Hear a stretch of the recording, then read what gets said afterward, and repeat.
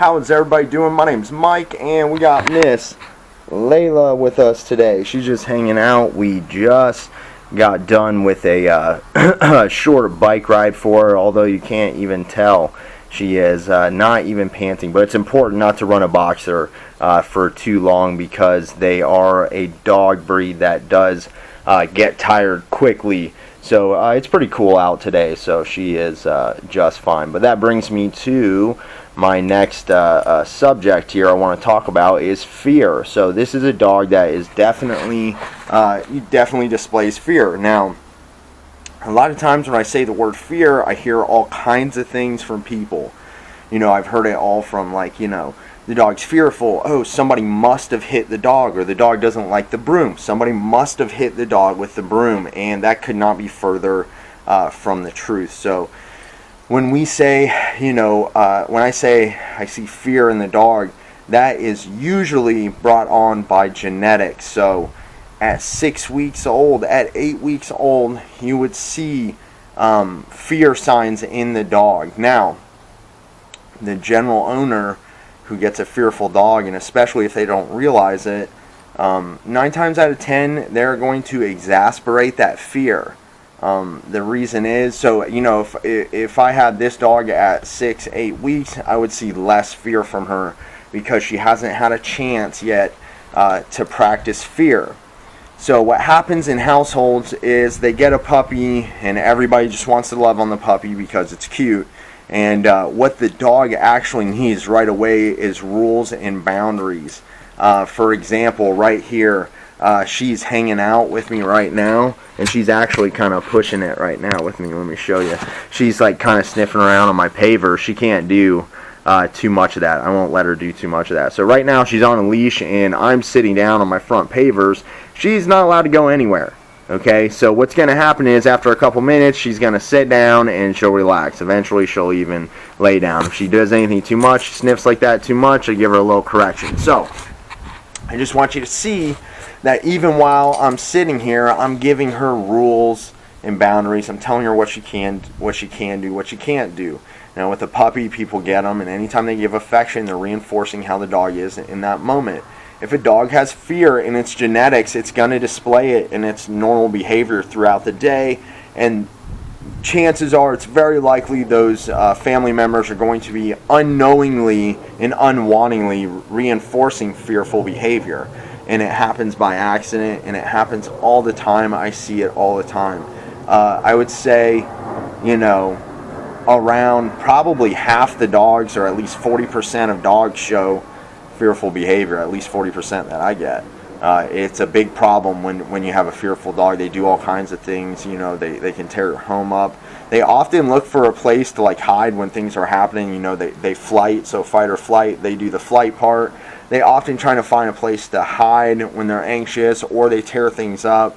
When they try to hide, they usually wreck the house. And really, it's not a rational thing. They don't know why they're hiding. They don't know where they're trying to get to. They're just panicked. So that's why training is so important for a genetically fearful dog, is it's going to relax them when they have rules. Because, for example, right now, the rules are she can't go anywhere. Now, I have the leash. It's just relaxing on my lap, and I'll grab it if she does anything she's not supposed to, but she has rules. So she's not allowed to be practicing fear. If she does anything like that, I'm going to correct her. So the dog has to have a job all the time, especially when you first bring the dog in the home. The average person is not going to know that. So like I said, they unknowingly, unwantingly create the fear behavior. And how you combat that is you start training the dog. You need a good trainer. Not any trainer is going to do for fear. There's a lot of trainers that will tell you to put your dog down for fear, and I've heard that many of times. So it can be frustrating. But fear, it's a genetic thing. I would never want to pick that for a dog. I have had fearful dogs before. I would never again. As a trainer, I know the signs. I know what a puppy displaying fear is going to look like. But, my mom had a fearful dog. And I shared a home with that dog. And having a fearful dog is not a fun thing. They take a little more work. But we can minimize that fear with training. So when we start training the dog and putting rules on them, they start learning what's okay. And so, for example, like I mentioned, I just got back from a bike ride with Miss Laila. And see, she's doing a real good job. Good girl. Good girl. She's relaxing. So I just got back with a bike ride with her. So if we're riding the bike and she looks behind her, I'm going to correct her. If I'm walking with her down the road, anytime I take these dogs to go out to the bathroom, they go out in front of my home. I take them out into the public. So she's constantly getting used to cars and all types of things when she's with me. We want to challenge them and bring them in areas where they would normally kind of be uneasy, and we want to be able to take them through that. So if I'm walking her down the road and there's always kids playing at the neighbor's house, which is a good thing. Sometimes they have animals over there that aren't secure, which is not the best thing, but either way, it's a good thing for her and her training, because I have to teach her every day, do not pay attention to what's over there. I'm walking the opposite direction, they're over that way. So in order for her to pay attention to children or loud noises or anything like that, we have construction also happening right behind me.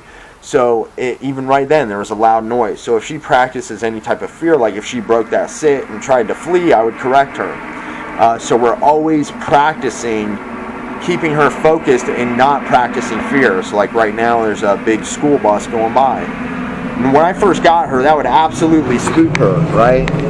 That would normally absolutely spook her. Good girl. That's a good girl. See, like I say good girl because she stayed sitting. So I'm also marking her behavior. I'm letting her know this is what you're doing good and this is what I don't like. When you look behind you and you're fearful, practicing fear, I correct you. I don't like it. Don't do it. When you stay sitting, when a big bus goes by that makes a bunch of noise that you would normally flee from, I say good girl, because you're a good girl and you did a good job, right? That's a good girl. You did a good job, good girl. Also notice my affection doesn't make her break the sit position that she's in right now. I didn't put her in a sit. She's naturally doing that because I'm not letting her do any nonsense, or really, like I said, I'm not letting her do any nonsense. So the only thing she can really do is sit. And if I sit here long enough, she will eventually lay down.